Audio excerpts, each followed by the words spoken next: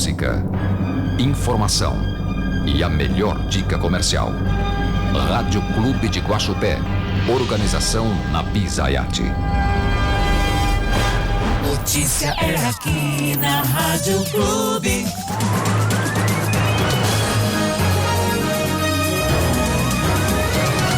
Está entrando no ar Clube Notícias.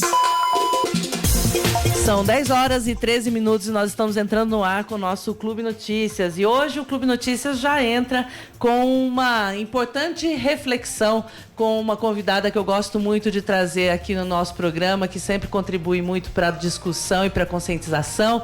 Nós estamos na Semana Nacional de Conscientização sobre o TDAH. Eu estou recebendo mais uma vez aqui a minha amiga Renata Rocha. Renata, bom dia, obrigada mais uma vez, viu? Bom dia, Vanessa. Bom dia, ouvintes da Clube. Que saudade, fazia tempo, hein, Faz tempo, né?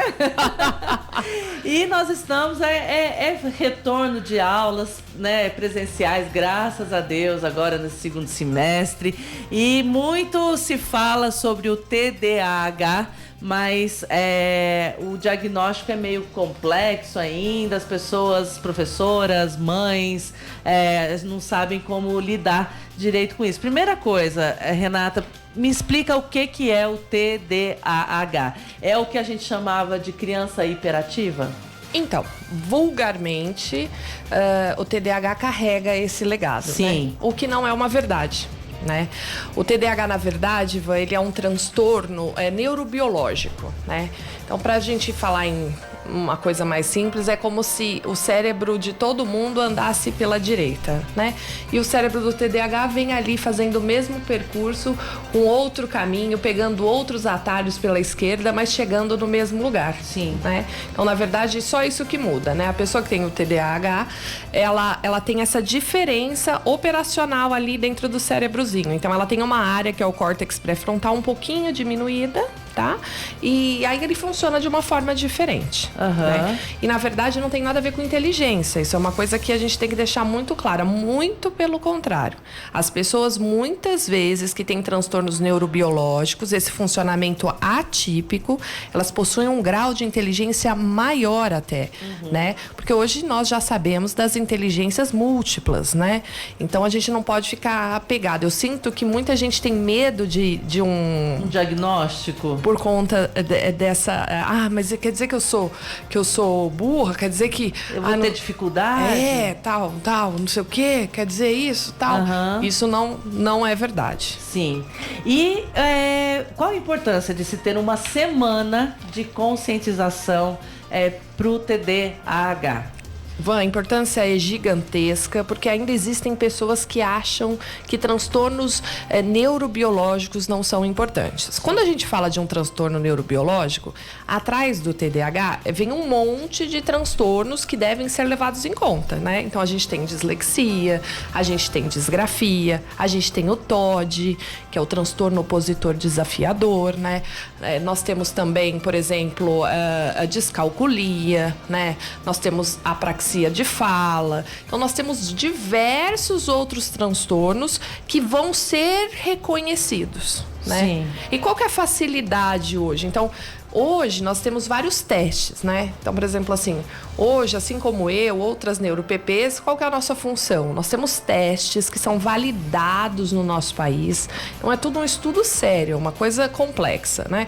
E você aplica esses testes de uma forma, assim, qualitativa, né? Ou quantitativa, que vai levar como base, por exemplo, a experiência do aplicador também. E com isso a gente vai conseguir chegar nesse diagnóstico com o auxílio de um psiquiatra ou um neuro, certo? Tá? Um médico para validar.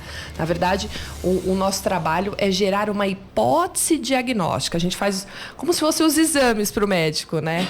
O médico, antes de chegar em uma certeza, olha, você tem X patologia. Tem que fazer lá o hemograma, o exame de sangue, Perfeito. o exame de urina. É a mesma coisa.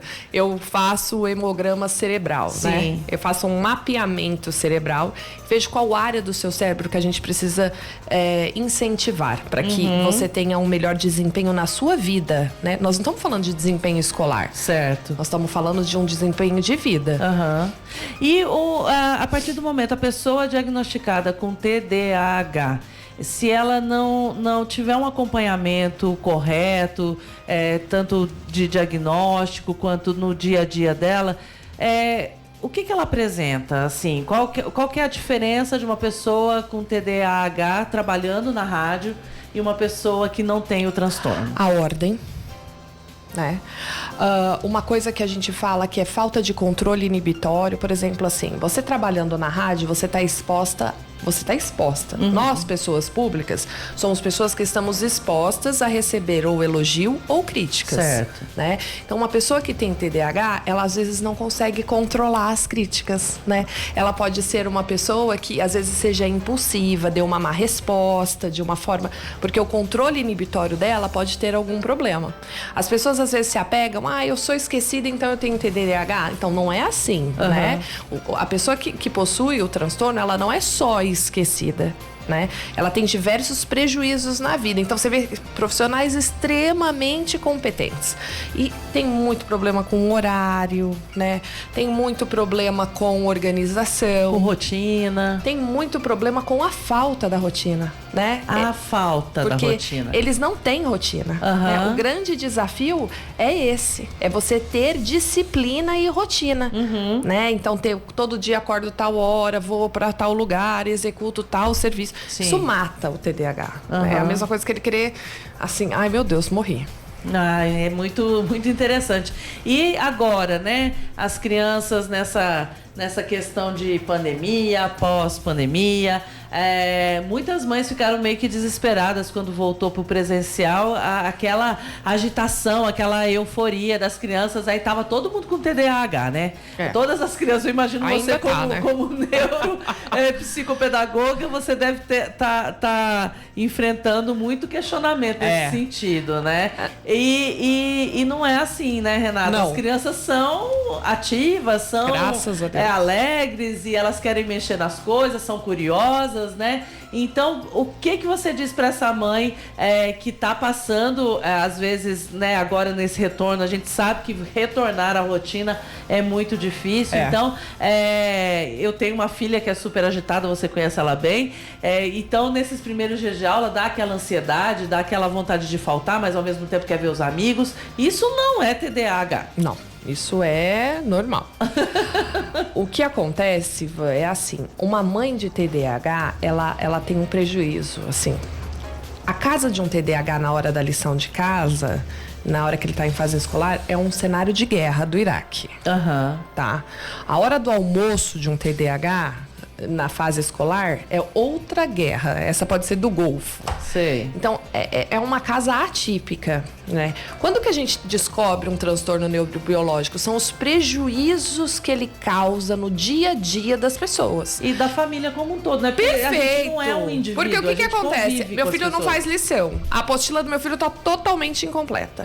Meu filho não termina nada que ele começa. Pô, vira um caos. Meu filho é preguiçoso. Sim. Aí o TDAH leva aquela famona. Aquele ali é preguiçoso, esquecido. Mas o que acontece também? Uma coisa que eu vou dar uma puxadinha de orelha nas mães. As mães e os pais, muitas vezes, mandam os filhos para os profissionais e acabam não cumprindo a lição de casa e esperando com que o aprendente mude, né? Só que ele fica em terapias ali 50 minutos comigo ou 1h30, depois ele fica com uma psicóloga mais 1 hora. Mas e o resto dessa semana, né? Para que a gente tenha esses resultados efetivos, a gente tem que ter uma transformação, né? E não é fácil falar para você, é bolinho. Não é bolinho. A mãe tem que ter muita estrutura, o pai, a família como um todo. Porque a pessoa com TDAH, quando tá na fase escolar, Vanessa, as pessoas não imaginam o sofrimento da família. Porque você imagina, o cara nunca termina a lição, leva bilhete da professora, a professora deixa o cara sem copiar, porque o TDAH, muitas vezes ele não vem sozinho. Então, às vezes eu tenho um TDAH e um TOD. Sim. Né? Por que eu tenho um TOD? Porque desenvolveu pela falta do tratamento do meu TDAH. Entendeu a importância dessa semana de conscientização? Porque a gente previne. O transtorno neurobiológico, ele fica parecido, vamos comparar com uma doença. Você tem um diabetes lá. Se você vive com ele, regrado, faz sua dieta, você vive legal. Se você não vive, ele vai te dar outras comorbidades. Então, você vai ter pressão alta, você vai ter uma série de coisas. Né? Porque vai acumulando. O TDAH é a mesma coisa. Então, eu fui lá... é bobagem, isso é coisa de gente rica, não vou ligar. Aí o meu filho vai ficando cada vez pior. Então, por exemplo, assim... E ele vai ficando pior porque é uma coisa que é inerente à vontade dele. Ele não faz aquilo porque ele acha legal. Porque desenvolveu. Então, aí ele vira um TOD. Aí ele não pode ter regra. Ou ele tem uma disgrafia severa. Aí você pega, ele não consegue escrever aquela letra horrorosa, né? E que causa transtorno. Às vezes as pessoas pensam assim, mas só um TEA que a mãe tem dificuldade. Não, gente. Uma pessoa que tem disgrafia na fase de escola, ela é tida... Sofre, né? E o vexame? Sofre a criança, sofre a mãe, sofre a professora. Porque ela quer que o aluno ande pra frente e não consegue. Exato. Né? Muito bom. A Cláudia Mello tá aqui com a gente. Ela falou, Vanessa, esse assunto de TDAH é muito importante. Tem um filho de 22 anos, diagnosticado desde pequeno. Hoje ele faz enfermagem e está indo muito bem no curso. Ele se encontrou. Os estímulos familiares são muito importantes. Muito. Parabéns, Renata, você é especial. Cláudia, obrigada. Ela complementa. Sempre conversamos aqui em casa para que meu filho busque novas formas de aprender e entender determinado conteúdo. Sempre incentivando. Jamais desista do seu filho. O caminho é longo, mas quando encontra o caminho é maravilhoso. Tá vendo? É um exemplo de mãe atípica, né? O que a gente chama de mãe atípica é uma mãe que tem um filho que requer necessidades que as mães típicas às vezes não precisam. Né? E a mãe atípica, ela sofre muito. Porque a vida, Vanessa, veja você, a gente teve aquele menininho que tinha TEA e que a mãe faleceu e ele ficou 15 dias em casa sem nenhum acesso. Né? Nossa, que história mais triste, né? Ana Paula, né? Eu sinto muito a Ana Paula, eu fiz um vídeo ali porque eu fiquei consternada. Mas o que a gente vê disso? A falta de apoio. Né? Uma rede, né? É por isso que você conhece meu trabalho e quando eu disponho o meu trabalho, juntas eu quero construir isso. Hoje eu tenho um pequeno grupo de mulheres adultas diagnosticadas com TDAH. E o objetivo desse grupo é que a gente realmente se apoie e que a gente saiba sempre uma da outra, porque depois da história da Ana Paula, eu acho que a gente tem que ter isso em nossa mente, né? Você imagina sua filha ou meu filho, né, um menininho ali de 4 anos, perdido dentro de casa, ele comeu enquanto deu, né? Porque sorte que mãe é louca, sempre tem bolacha, sempre tem tudo que ele deve ter comido ali, né? E a mãe dele ali, morta na cozinha. É muito triste, né? Uma mãe atípica. Renata, deixa um último recadinho aqui pro pessoal que está nos escutando. Sempre que você vem é muito proveitoso. Para as mães que tiverem aqui, porque a mãe sempre sabe, né? Tem sempre um sinalzinho de alerta que liga lá no nosso cérebro, no nosso coração, e a gente acaba despertando. Como é esse despertar?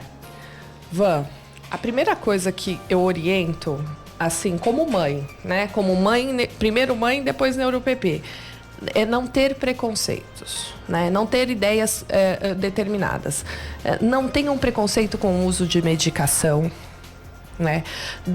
Confie nos profissionais. Você foi num profissional, confia nele, segue o que ele falou. Não desista, como disse a Cláudia, do seu filho, e não desista de ter uma casa harmoniosa, né? Quando a gente insiste que as pessoas sejam diagnosticadas, não é porque a gente quer rotular o mundo, é porque nós queremos casa com qualidade de vida, onde as famílias sejam felizes junto um com o outro, sabe? Uma hora de almoço gostosa, onde você não tem que falar, senta, vai lá, chegou a hora da lição, pelo amor de Deus. É tudo um drama, né? E, na verdade, isso gera muito prejuízo, e não só para quem sofre do transtorno, para a família toda. Então, o meu recado é assim, gente, procurem ajuda. Hoje a gente tem profissionais que ajudam com valores super acessíveis. Temos médico, hoje nós temos esse trabalho na nossa cidade. Demorou tantos anos para a gente ter tanto profissional, sabe? Eu acho que vale a pena investir. Muitas vezes a gente sai, come fora, faz um monte de coisa e acha que o tratamento escolar é uma besteira. O tratamento de um transtorno, de uma vida escolar, é bobagem. né? E a gente acaba deixando isso para segundo plano. Mas quanto vale, Van, a tranquilidade na nossa casa? Exatamente. Não tem preço, né? Não. No nosso dia a dia... E sem contar que, gente, por favor, né? Evoluímos o mundo. Acho que a pandemia girou uma chave. Nós saímos do analógico e fomos para uma era humanizada, né? E se a gente quer humanizar os processos, nada é melhor do que começar dentro da nossa própria casa. Sim. Sejamos mais humanos, primeiro na nossa casa, né? Dentro de casa ali, né? Vamos tratar todo mundo com mais amor, ter menos preconceito ao olhar, né? Às vezes você tem um filhinho pequenininho, é muito birrento, mas cuidado, trata com bastante amor ali, pode ser um possível TOD, que ele já tem uma predisposição. Então, uma dica, um bebê muito prematuro, que nasceu muito baixo de peso, né? São todas as coisas, a gente não tem a causa específica ainda, mas isso é tudo indicativo de que ele pode vir a ter um transtorno neurobiológico. Sim. E a Renata trouxe um presente pra gente aqui, o livro da Malala, que é lindo. A Malala, a menina que queria ir pra escola. Você presenteia, né, Renata, os seus alunos com esse livro. Por quê? Na verdade, o ano passado eu fiz uma super vaquinha online com o objetivo de eduque uma menina e transforme uma família.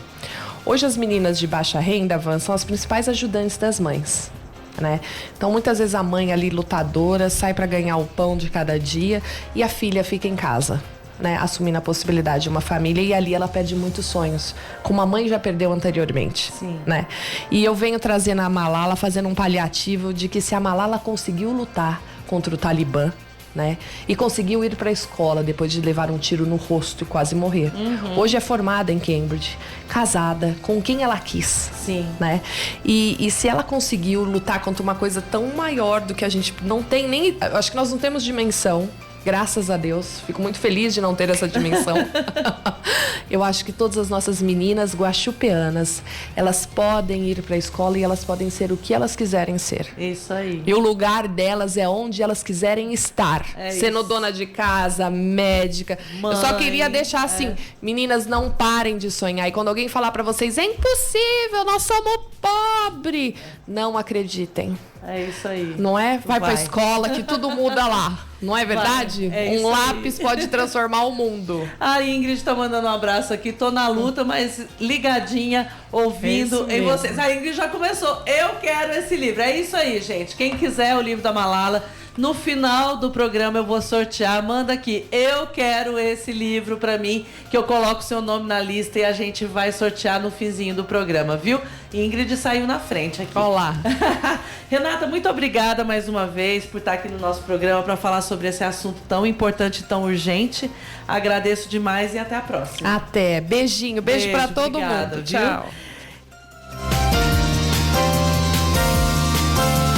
Política. Bolsonaro critica Luiz Fux e chama Barroso de criminoso. A reportagem de Uri Hudson, da agência Rádio Web.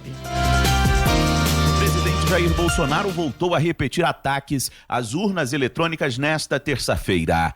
Em entrevista à Rádio Guaíba, Bolsonaro também fez duras críticas ao presidente do Supremo Tribunal Federal, Luiz Fux, a Alexandre de Moraes, e ainda chamou o ministro Luiz Roberto Barroso, ex-presidente do TSE, de criminoso. Então, interferência direta do Barroso dentro do Congresso Nacional para não aprovar o voto impresso de interferência política. Isso é crime previsto na Constituição. O Barroso é um criminoso.